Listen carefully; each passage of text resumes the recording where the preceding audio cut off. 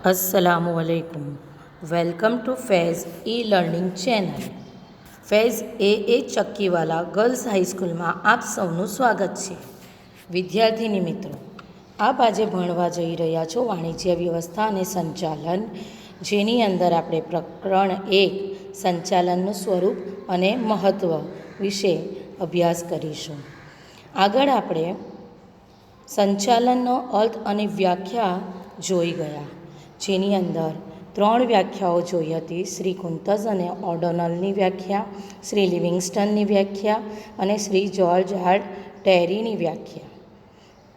કુંતઝ અને ઓડોનલની વ્યાખ્યા હતી સંચાલન એટલે અન્ય વ્યક્તિઓ પાસેની કામ લેવાની કળા, જ્યારે શ્રી લિવિંગસ્ટનના જણાવ્યા મુજબ ઓછામાં ઓછા ખર્ચે અને સમયે ઉપલબ્ધ સાધન સગવડોનો શ્રેષ્ઠ ઉપયોગ કરીને એકમના નિર્ધારિત ધ્યેયને સિદ્ધ કરવાના કાર્યને સંચાલન કહે છે। જ્યારે શ્રી ડૉક્ટર જ્યોર્જ આર ટેરીના જણાવ્યા અનુસાર સંચાલન એ એવી પ્રવૃત્તિ છે જે માણસો, યંત્રો, સાધનો, પદ્ધતિઓ, નાણું અને બજાર એટલે કે 6M man, machines, materials, methods, money અને માર્કેટનું આયોજન કરી તેના ઉપર અંકુશ રાખવાનું કાર્ય કરે છે। તે માનવ પ્રયત્નોને નેતાગીરી, સંકલન અને માર્ગદર્શન પૂરું પાડે છે, જેથી એકમના ઈચ્છિત ધ્યેયોને હાંસલ કરી શકાય। આ 3 વ્યાખ્યાઓ આપણે ગયા સેશનમાં શીખી ગયા। આજે આપણે જોઈશું સંચાલનનું સ્વરૂપ એટલે કે સંચાલનની લાક્ષણિકતાઓ। વિદ્યાર્થીની મિત્રો, સંચાલનની પ્રથમ લાક્ષણિકતા છે સર્વવ્યાપી પ્રવૃત્તિ। સર્વવ્યાપી એટલે સર્વ ક્ષેત્રમાં વ્યાપેલી પ્રવૃત્તિ, દરેક ક્ષેત્રની અંદર જેની જરૂર હોય છે તેવી પ્રવૃત્તિ। જ્યાં જ્યાં માનવી સમૂહમાં એક સરખા હેતુની સિદ્ધિ માટે કામ કરે છે તે દરેક ક્ષેત્રની અંદર સંચાલનની જરૂર હોય છે। આ ક્ષેત્રો કોઈ પણ હોઈ શકે, ફક્ત ઔદ્યોગિક ક્ષેત્રમાં જ નહીં, પરંતુ સામાજિક, ધાર્મિક, કૃષિ, લશ્કરી, શૈક્ષણિક કે આરોગ્ય કે કોઈ પણ ક્ષેત્ર હોય, તે દરેક ક્ષેત્રની અંદર સંચાલનની પ્રવૃત્તિ જોવા મળે છે।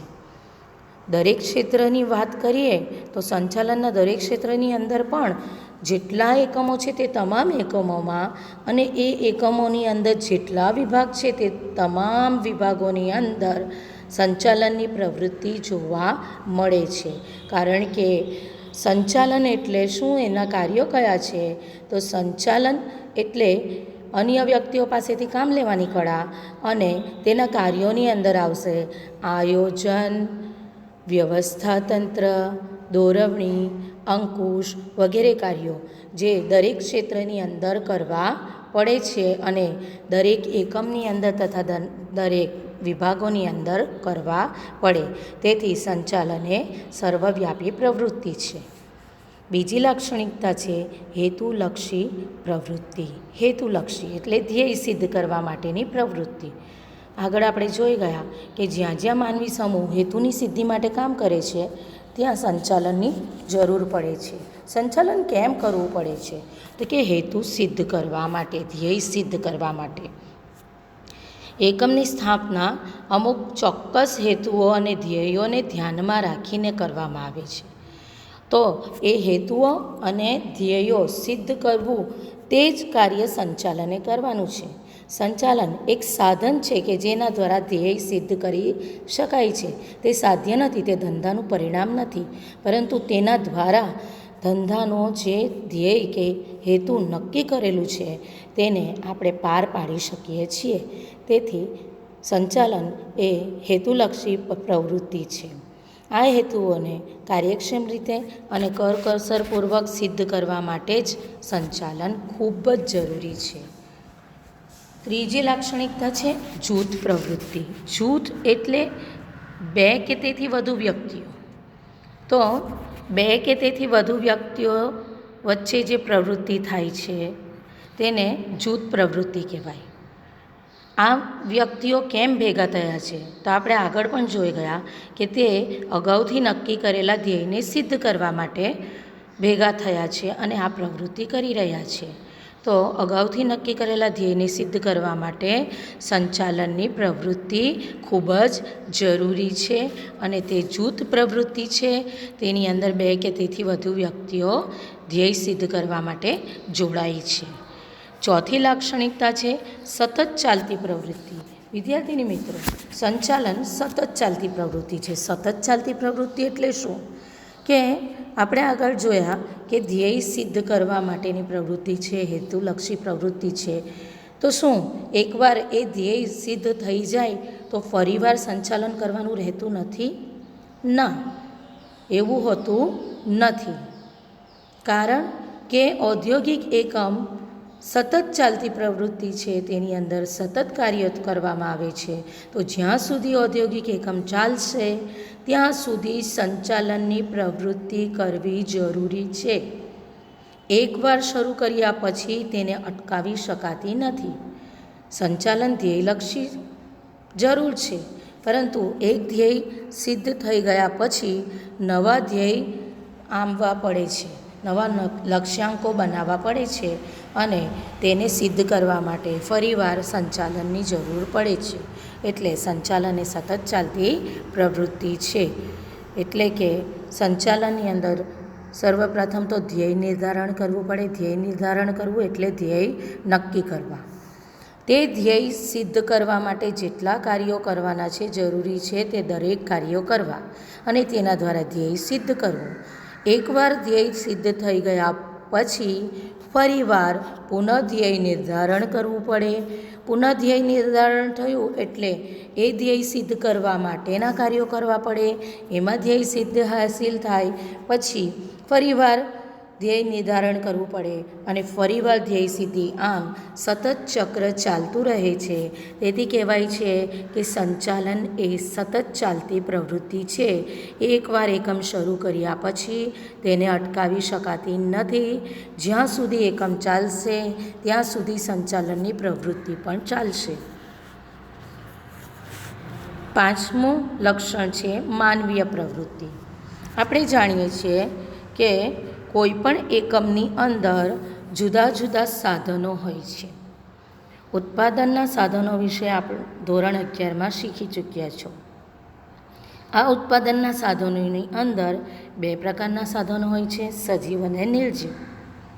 સજીવ સાધનોની વાત કરીએ તો માનવીય સાધનો.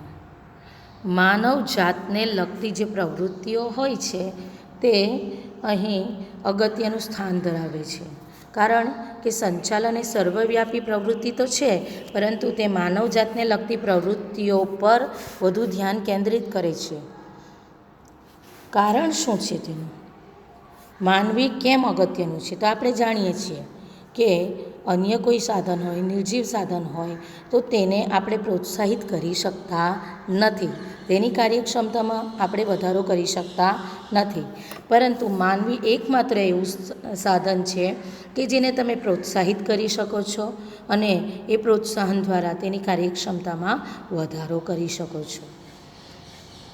માનવી સજીવ છે એટલે તેને લાગણી હોય છે, તેને સ્વાસ્થ્ય હોય છે.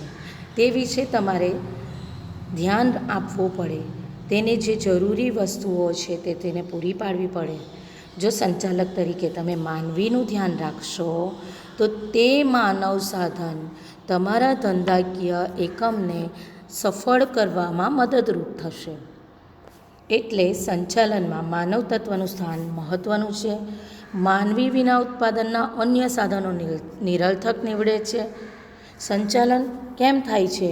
તો કે સંચાલન માનવી માટે થાય છે અને માનવી દ્વારા થાય છે. સંચાલનમાં માનવી કેન્દ્ર સ્થાને છે.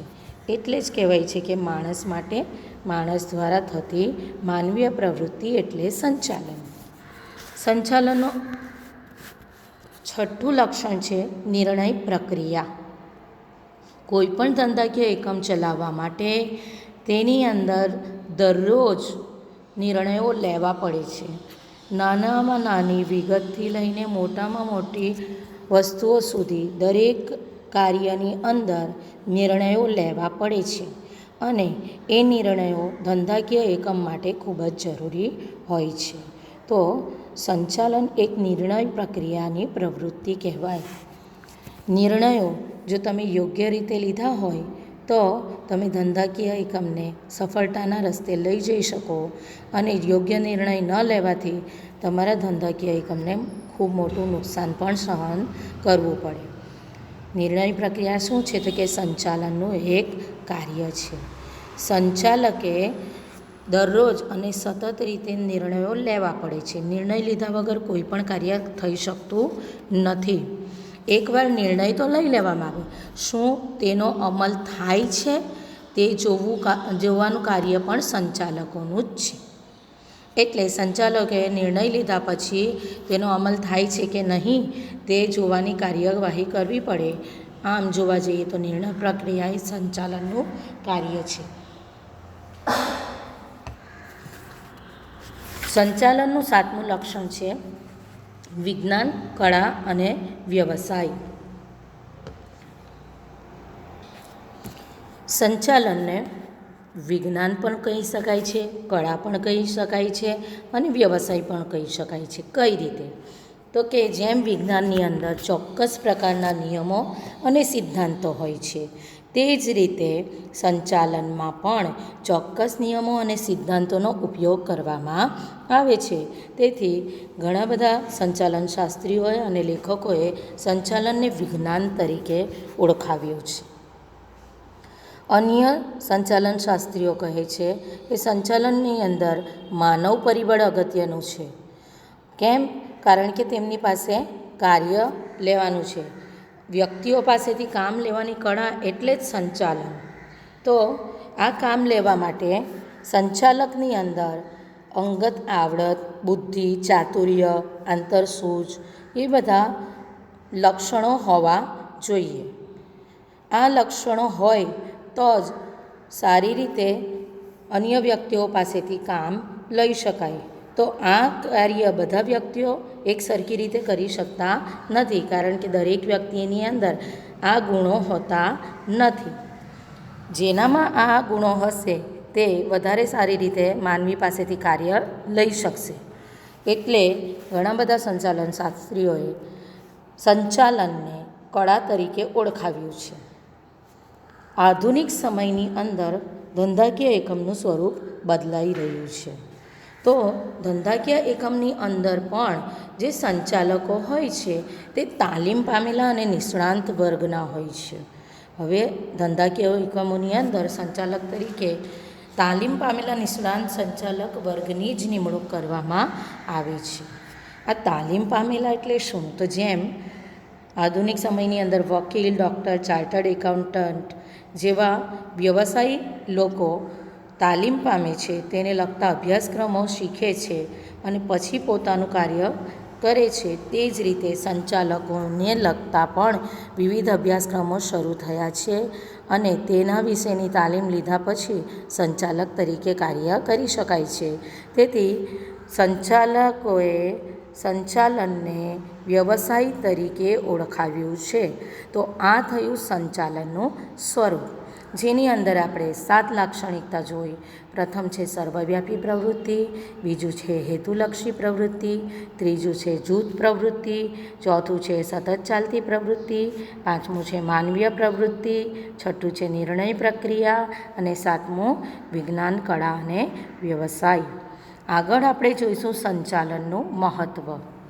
સંચાલનનું મહત્ત્વ તે કેમ જરૂરી છે? તો આધુનિક યુગની અંદર સંચાલન ખૂબ જ અગત્યનું છે, ખૂબ જ મહત્ત્વનું છે. કેમ? કારણ કે કોઈપણ ક્ષેત્રની પ્રવૃત્તિની સફળતા કે નિષ્ફળતાનો આધાર સફળ સંચાલક ઉપર રહેલો છે.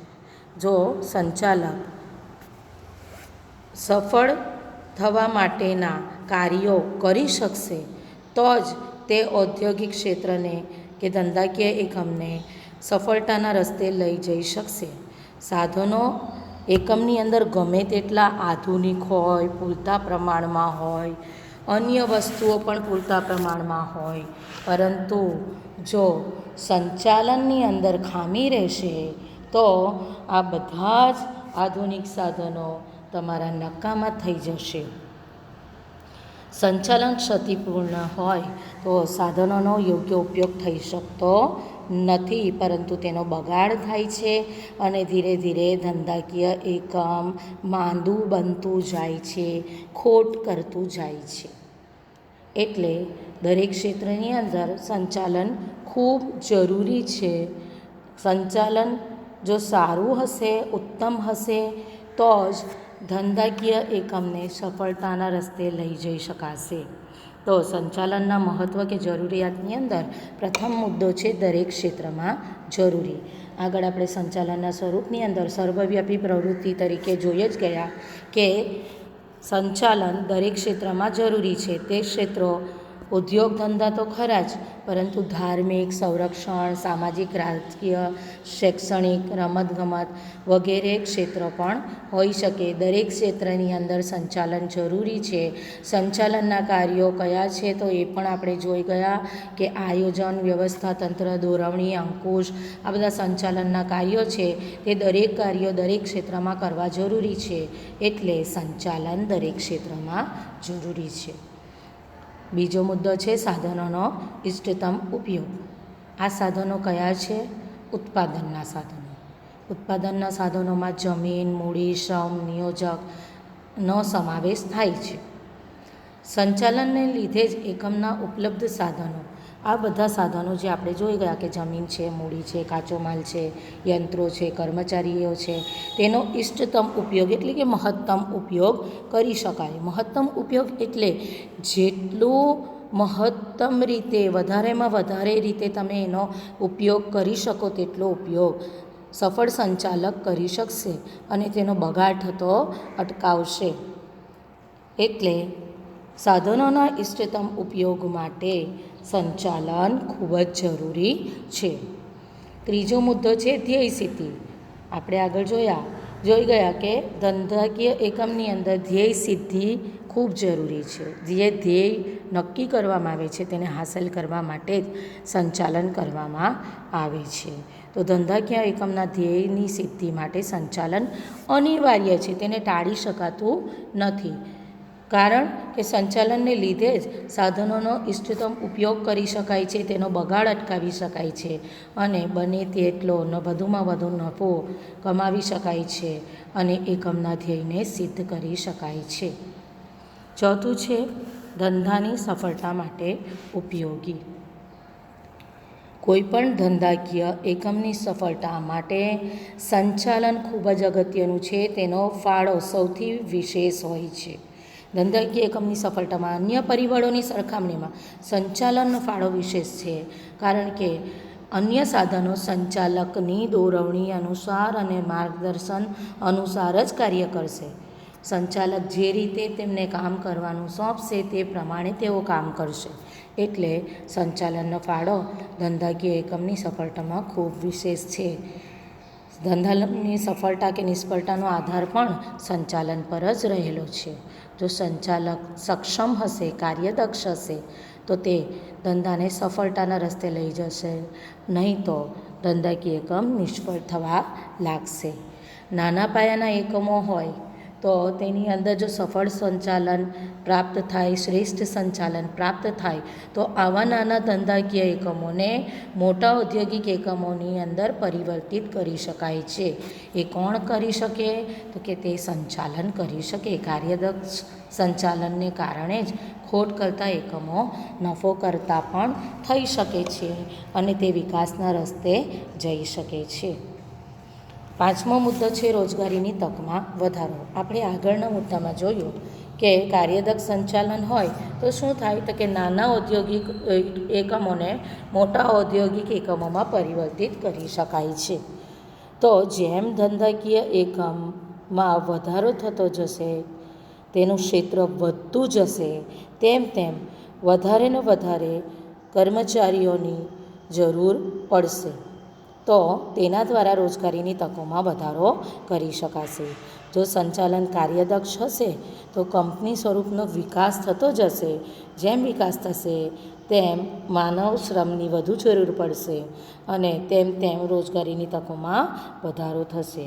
એનાથી ઊંધું જોઈએ તો જ્યારે બિનકાર્યક્ષમ સંચાલન હોય તો મોટા એકમો પણ ધીરે ધીરે બંધ થવા લાગે છે અને એના કારણે બેરોજગારીનું પ્રમાણ વધી શકે છે. છઠ્ઠો મુદ્દો છે નફામાં વૃદ્ધિ. આપણે જોયું કે ધંધો શું છે, કયા હેતુથી કરવામાં આવે તો કહેવાય છે કે ધંધાકીય એકમ સામાન્ય રીતે નફાના હેતુથી જ કરવામાં આવે છે. તેનો મુખ્ય ઉદ્દેશ નફાનો હોય છે. આ નફો કઈ રીતે વધારી શકાય? તો કાર્યક્ષમ અને કુશળ સંચાલક હોય તો તેની અંદર આગવી સૂઝબૂઝ હશે, આવડત હશે, હોશિયારી હશે, ચતુરાઈ હશે, આંતરસૂઝ હશે. તેના દ્વારા તે જેટલા ઉત્પાદનના સાધનો છે તેનો ઇષ્ટતમ ઉપયોગ કરી શકશે, તેનો કરકસરપૂર્વક મહત્તમ ઉપયોગ કરી શકશે. આ મહત્તમ ઉપયોગ કરવાથી તેની પડતર ઓછી થશે અને ધંધાકીય એકમનો નફો વધતો જશે. એટલે કુશળ સંચાલકો પોતાની આગવી સૂઝ અને આવડત દ્વારા શું કરી શકે તો કે ઉપલબ્ધ સાધનોનો કરકસરપૂર્વક અને મહત્તમ ઉપયોગ કરીને મહત્તમ નફો મેળવી શકે. આથી યોગ્ય રીતે જ કહેવાય છે કે નફો જ ધંધાની કાર્યક્ષમતા અને સફળતાનો માપદંડ છે, પરંતુ તે કોણ મેળવી શકે તો કાર્યદક્ષ અને કુશળ સંચાલક મેળવી શકે. સાતમો મુદ્દો છે સામાજિક લાભ.